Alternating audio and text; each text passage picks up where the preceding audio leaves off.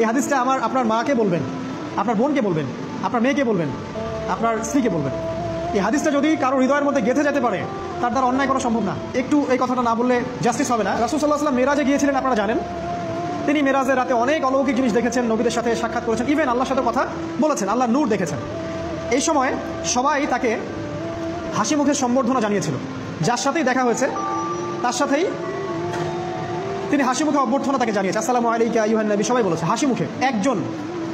একজন মালাক, একজন ফেরেশতা তাকে দেখে হাসেননি, একজন।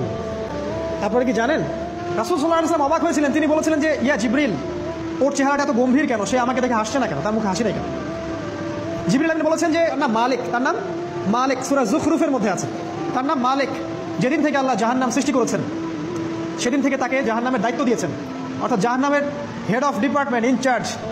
সেদিন থেকে তার মুখের হাসি উঠে গেছে। আমরা দোয়া করি আমরা যেন তার সাক্ষাৎ না পাই। তার কাছে পারমিশন নিয়ে রাসূল সাল্লাল্লাহু আলাইহি ওয়াসাল্লাম জাহান্নামের দিকে তাকিয়েছিলেন, ভিতরে দেখেছেন কি আছে। তিনি পরে যা ব্যাখ্যা করেছেন তা হলো, আমি দেখলাম সেখানে খালি মেয়ে আর সেখানে খালি নারী আর নারী। এই হাদিসটা আপনার মাকে বলবেন, আপনার বোনকে বলবেন, আপনার মেয়েকে বলবেন, আপনার স্ত্রীকে বলবেন। এই হাদিসটা যদি কারো হৃদয়ের মধ্যে গেঁথে যেতে পারে, তার দ্বারা অন্যায় করা সম্ভব না। কিভাবে একটা মেয়ে সব কিছু উন্মুক্ত করে ঘুরতে পারে যখন অলরেডি তার আত্মা জাহান্নামে জ্বলছে, অলরেডি, কারণ ভবিষ্যৎ আল্লাহ জানেন।